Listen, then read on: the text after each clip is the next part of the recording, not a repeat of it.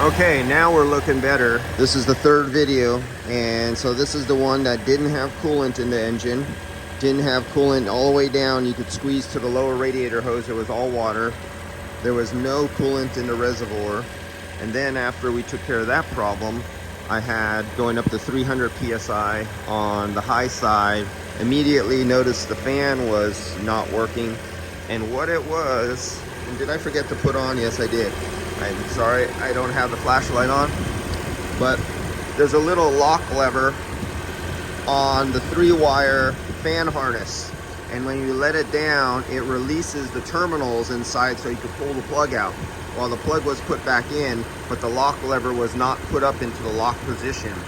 It was just plugged in, and so that's what was stopping the fan from operating. So that was an easy fix, but could be a very expensive fix, because often guys don't always notice fans aren't working and they don't drive them enough to test the system. And we all know, anybody who's a shop owner or was a manager at one time, supervisor or anything like that, having a customer have their car towed back because it was overheating out on the road is a bad day, especially if it blew a head gasket. All right guys, we'll see you. This one's taken care of.